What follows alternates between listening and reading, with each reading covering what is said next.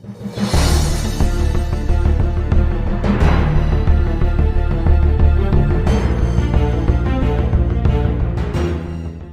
afternoon, keepers of the cash. Gary B, the Casual Comic Guy here. We're here with Savage Saturday Comic Review, episode 146. And we're just going to have some fun with this. This is part 3 of The Black Tower. Now, in part 2, we left off with the reveal of when Sonya was fighting one of these things from the Black Tower. And she took off its mask. It was machinery underneath. And we're picking up after some time has passed and she made that revelation. Again, she left the village of Lure, and this is going to pick up a while after. We're going to find things in the state that they presently are at in this story.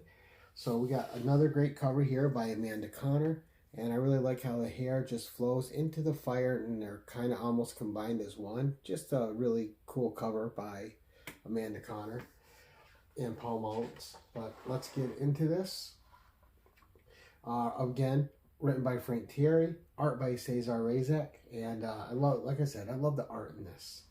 All right, so as our story begins, time passed, and with it came change for the city of Lure and its people. What was once the wickedest place on earth, and we get our first panel here, first page. Because now all these soldiers have come out of the Black Tower and they've been changing Lure over time. And it says, was now a people oppressed. So they went from the city of pureness and goodness to a city of debauchery. Now they're a city oppressed by the denizens and the soldiers of the Black Tower. It says, gone were the whore dens, the opiate houses, and gladiatorial arenas. In their place stood the soulless. And the tower saw to it that there was never a lack of them. They kept pouring out a constant stream of oppression. So, some beautiful art.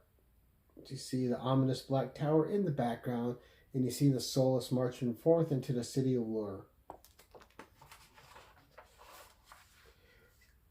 Oppression that even affected the religion that was founded around the tower. What would now come to be known as the Sisterhood of Thraxus. And Thraxus is the ruler of the Soulless. And we see people praying in a hut. We see the Soulless looking at them. And then we see them cutting them down. It says, what would now be known as the only religion. And one of these bots says, hail Thraxus, as they murder a family. On the next page, we see more of their ships coming into the town. And it says, but the Soulless didn't stop there. Soon their grasp reached all over Hyboria. Kings, pirates, cannibal tribesmen, even wizards, and it just shows them spreading across the land and just murdering and taking over wholesale wherever they go, wherever their soulless feet tread.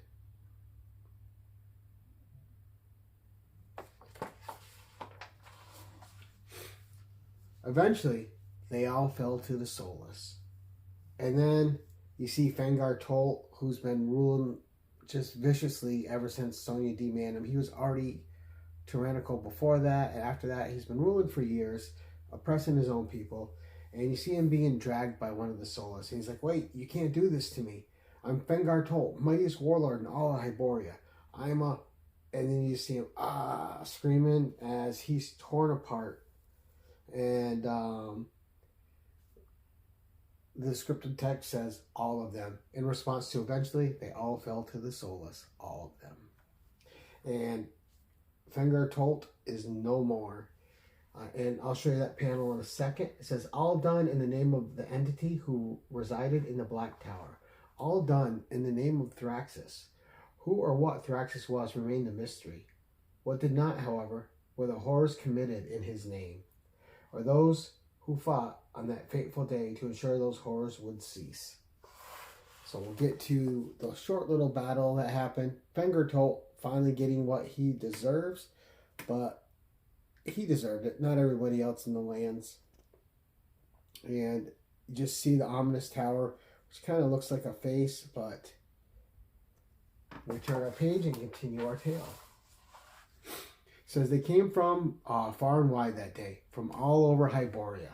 They set aside differences and wars that had lasted for centuries in some cases. And there was only one who could ever get them to do that. Only one who could lead them. Sonya. And you see her coming in over this army of nations, and she's on a dragon. So, a great visual. And you see her on the dragon. She's holding her sword high. It says, "Now's the time, men." And you see the Thraxis soldiers firing on them. And she goes, "Whatever it takes to beat these lifeless bastards. If not with our swords." And the dragon just blows all this fire down on them. Then with our own weapon. Then with their own weapons. And she has one of their blasters. So things are really heating up. Everyone in all the nations are banded together, fighting for their freedom against these alien oppressors, which are mostly, right now, just machines. And it says, "Let's see how you like a taste of your own medicine, metal dogs. Now, girl, to the tower," she says to her dragon. "Let's properly introduce ourselves to this so-called Thraxis." And you see two of the little pod ships are chasing her, and as we get to the next panel, there's a wide shot of Sonya, and then even more pods joining in on the hunt. And she goes, "Well, it appears Thraxis has sent out a welcoming party to greet us. I don't do welcome parties." And she's like, "These flying vessels of his, they're much more evasive than the larger war machines we previously faced."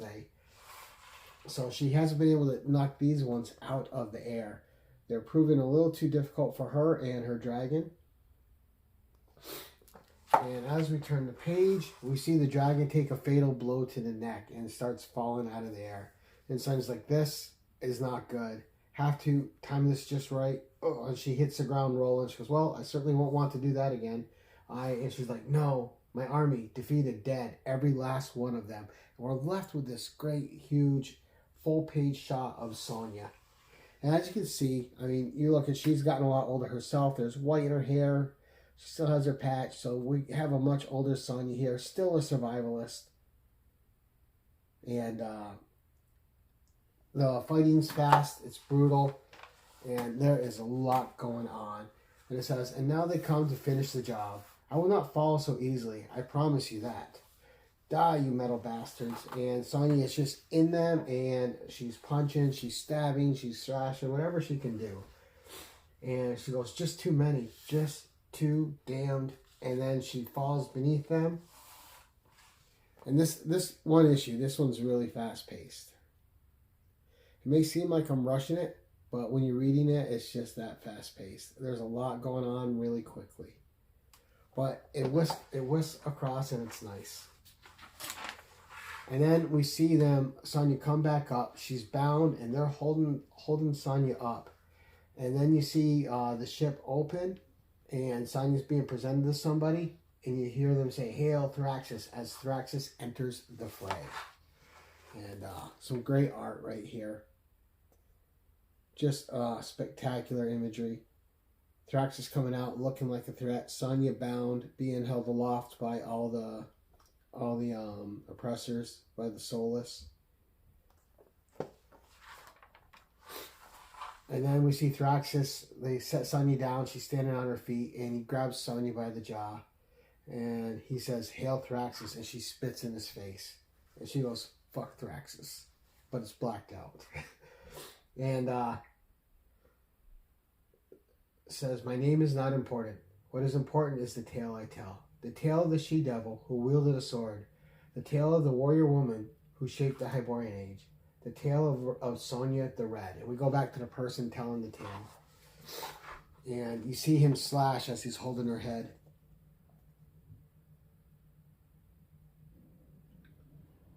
We turn the next page for the narration to continue. It says, "In the tale of the day she died." And on our final page, we see Sonya has finally fallen. And Thraxis is holding her head aloft, leading us to issue 4 and what could possibly happen there now that Sonya has died in her own book. So, very brutal tale being told. A lot of fun. Now, this issue, for a full comic, it goes by quick. There's a lot of imagery and a lot of action in this one. The story in this, it didn't need a lot to expand on. The oppressed were spreading across the land. Everybody had to join forces together Forget their rivalries, forget their centuries-old grudges against each other, and just battle against this evil. With Sonya leading the way, and in the end, this alien force was just too much for them. And everyone falls, and Sonya falls. And we're left to see what happens in issue 4. So please, join me next week. Again, I love the art in this. Art's A+. Story's a B+. I mean, it's a typical story, but it's told well. It's totally good pacing, so I really enjoy it. But that's it for this week, guys. Thank you so much for watching, and until next time, keep it casual.